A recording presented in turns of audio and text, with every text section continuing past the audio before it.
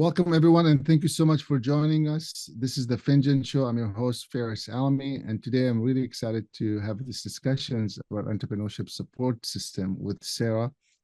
Sara, would you, thank you for making the time to be with us, and looking forward to having this conversation. Thank you so much for having me, Farid. Yeah. So for those listeners, since I'm familiar a little bit about SPI, for those who are listening who don't know who SPI is and who Sara is, it would be great if maybe you could spend 1 minute or so just introducing yourself, who you are, and what SPI is. Sure. So my name is Sara Medina. I'm a member of the board of SPI, and I'll tell in a little bit what is SPI, but first about my background. So I did my first degree in Portugal in food engineering. Then I did an European master's in food studies. So I was studying in different countries in Europe, and also with study visits in the US and Japan, in a master's in food studies with colleagues from 17 different countries. Then I went to the US to do my PhD in food economics in the University of Florida. And afterwards, I came back to Portugal, and I joined Accenture for about 2 years before jumping in SPI. It's actually a family business because my father started the company back in '96, inspired by the Green Book for Innovation from the European Commission, and he's still SPI's president. And SPI, basically, we are a consulting company, being an interface between the private sector, the universities, the research institutes, and the international organizations. So we have 85 full-time consultants, and we work on all the topics that deal with science, technology, and innovation. Headquarters in Portugal. We have also locations in different parts of the world. We are in China and the USA already for more than 20 years with the physical offices and companies. And we have a strong activity in Southeast Asia, in Latin America, and Africa. So we work a lot with private sector, with universities, with the research institutes, with science parks, business incubators, accelerators, and then with the European Commission, within the different directorate generals from DG Research to DG Grow, DG Regio, DG Education and Culture, and also with the World Bank and Inter-American Development Bank and African Development Bank. So we try to be a knowledge management company. Wow, thank you so much. And, whenever I get to, I'm just refreshing my memory here. How many languages do you speak, Sara, if I remember? So fluent is Portuguese and English, but I understand Spanish, and I can speak a little bit, and also a little bit of French. Yeah, you're being humble. Thinking about your background, you've also done a lot of great things in the past. You've worked with Accenture. If I remember correctly, you also had some research work that you've done, and someone with your background from, going from biotechnology to, to all these different fields that you studied, food and things of that nature. I'm sure you have so much knowledge that you're also sharing with the people that you're working with and the organization that you're supporting. Sure. So I like to work with different cultures. So I work a lot with China already since 2004 in all the areas related to science and the technology and innovation. Also now working a lot with Africa, with Latin America, with Southeast Asia. So it's very, very challenging to deal with the different cultures and to work on the topics related to entrepreneurship, to innovation. So one day you can be doing a feasibility study for a science and technology park in Cabo Verde, one of the Portuguese-speaking countries. The other day you can be establishing research and innovation centers in China, or developing a strategy for internationalization of European companies to China or to Brazil. So really this multicultural environment is very interesting, and it's one of my passions. Yeah, thank you so much for that. I appreciate it. I just wanted to dig a little bit deeper than than what you mentioned.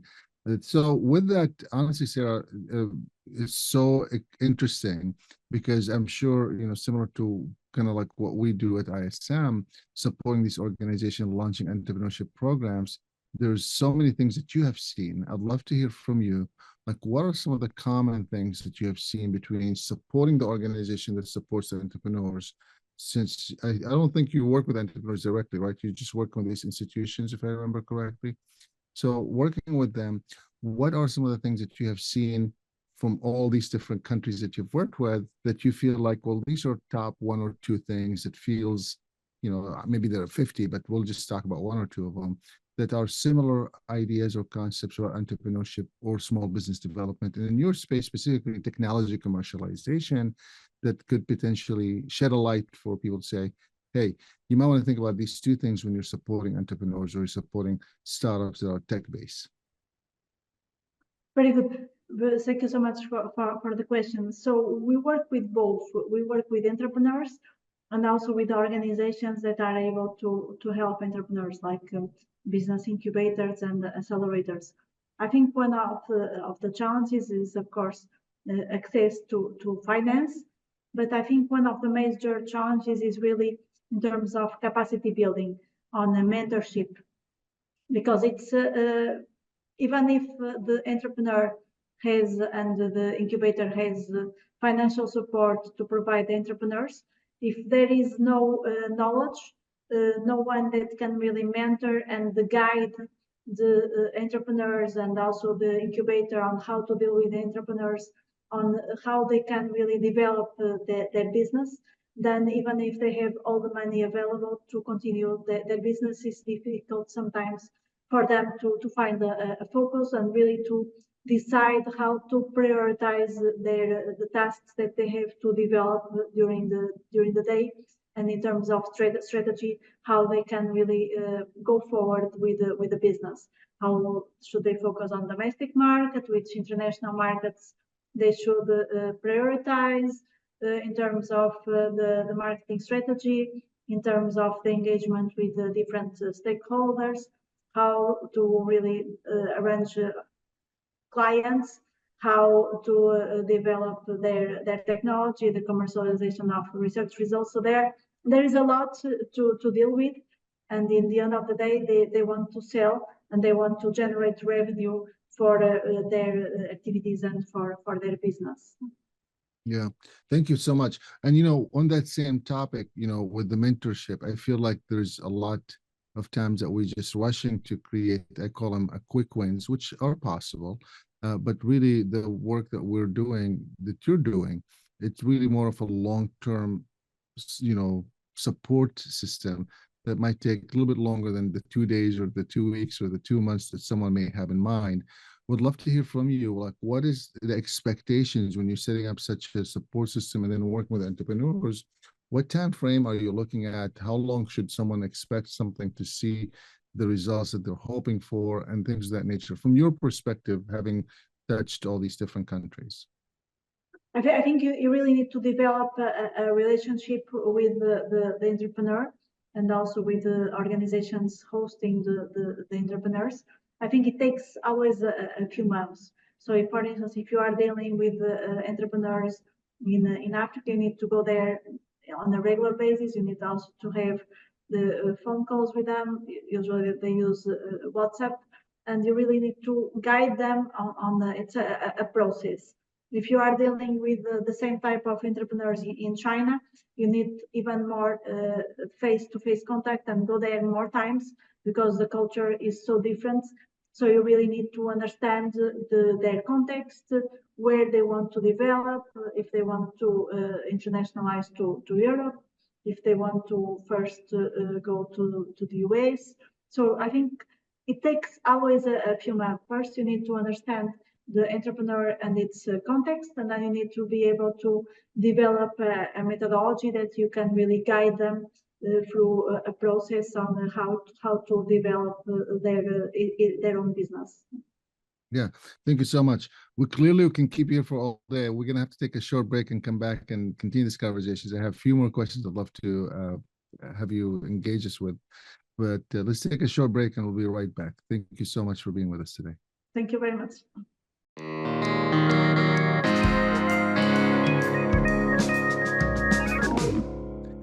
Welcome back, everyone, and thank you so much, Sarah, for being here. What an interesting conversations to hear from you about your work and about the impact that you're making all over the place. And I'd love to continue the conversation by asking you a different kind of question. Maybe now that you have helped the organization set up this, program, whatever program you have helped them set up, whether it's researching the institution on how to set up this and incubator or actual programming in the incubator, whether it's mentorship, funding, or whatever. What are some of your experiences working with the entrepreneurs in that local community? And also the politics that may go into working with that institutions, being a foreign entity, working with them? So I think you need to really understand where the entrepreneur is and where the entrepreneur wants to be. And of course, you need to deal with their local ecosystem. You need to deal also with their own culture, also with the political situation of the country where they are inserted, and also with their own community, and also with the person itself, because it's you need to be able to see how you communicate with them, because the entrepreneurs, as I mentioned, they have many challenges throughout the day. In the end of the day, they want to develop their own business. They also want, apart from mentorship, they want to have access to funding opportunities. And from SPI, we can help them on accessing funding opportunities from the European Commission, also from the African Development Bank, from the Asian Development Bank, from the World Bank and Inter-American Development Bank.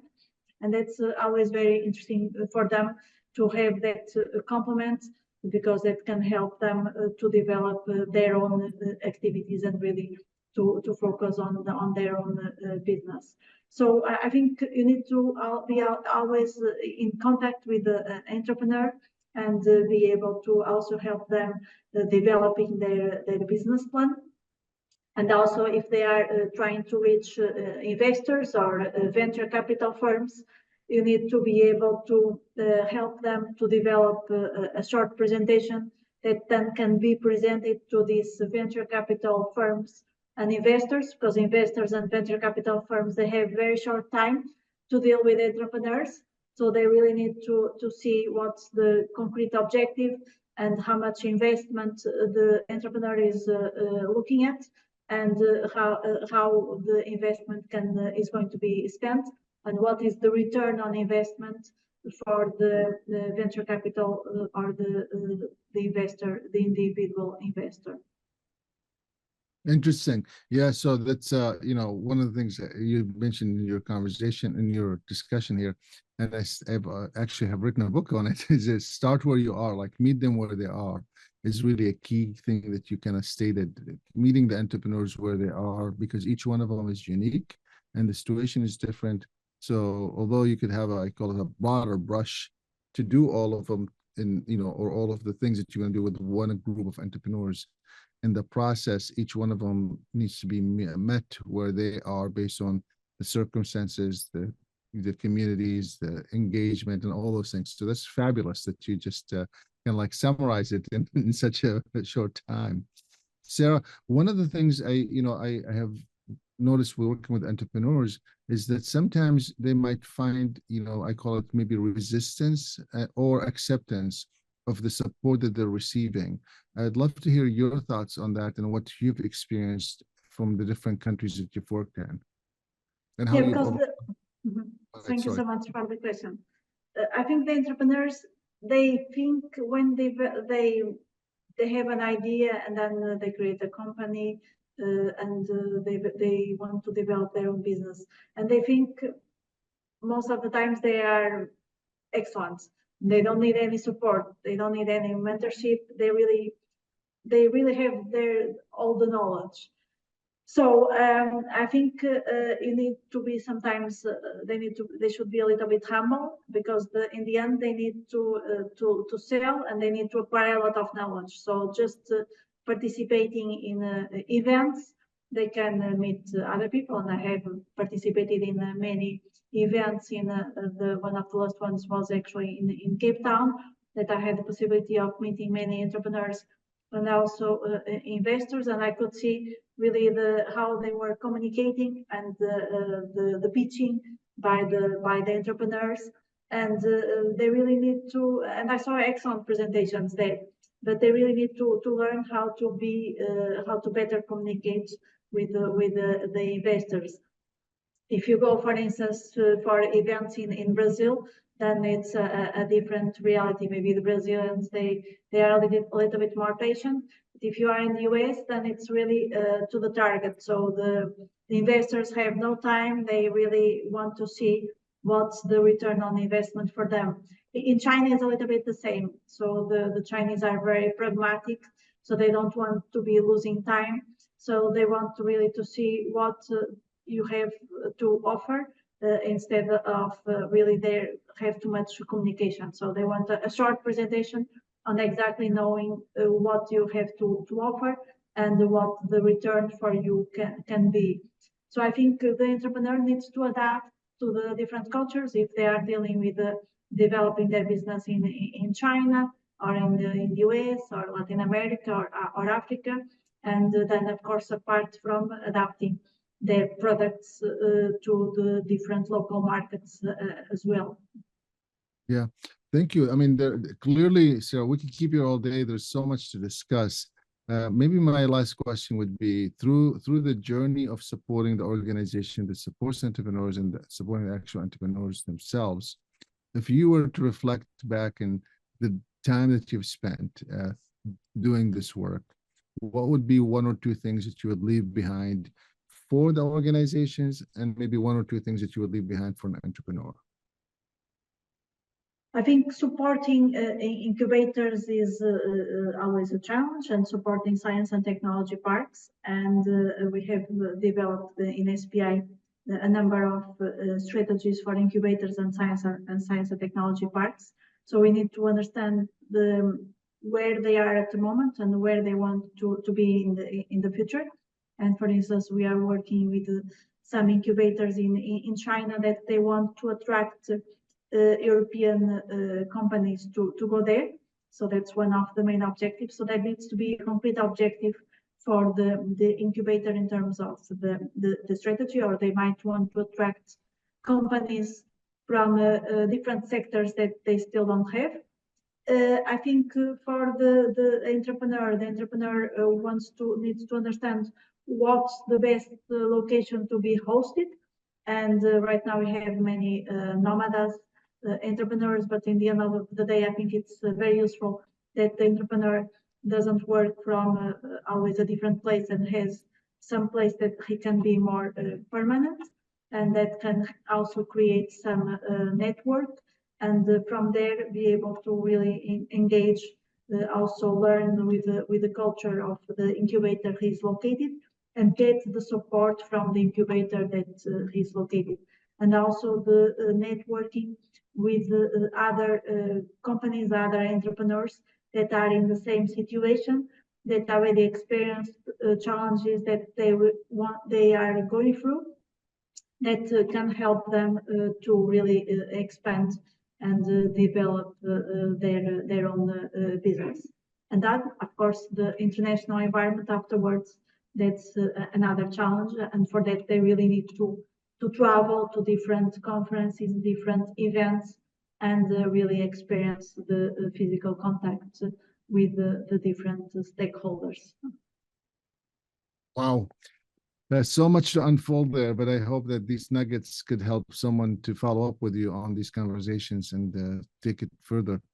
Sarah, thank you so much for making the time to be with us today. And thank you so much for sharing your insights about your journey and about the work that you're doing. And congratulations on all the success. Thank you so much. My pleasure to join. Thank you very much. Thank you all for joining. This is the Finjan Show. I'm your host, Faris Alami. Until next time, have a good day.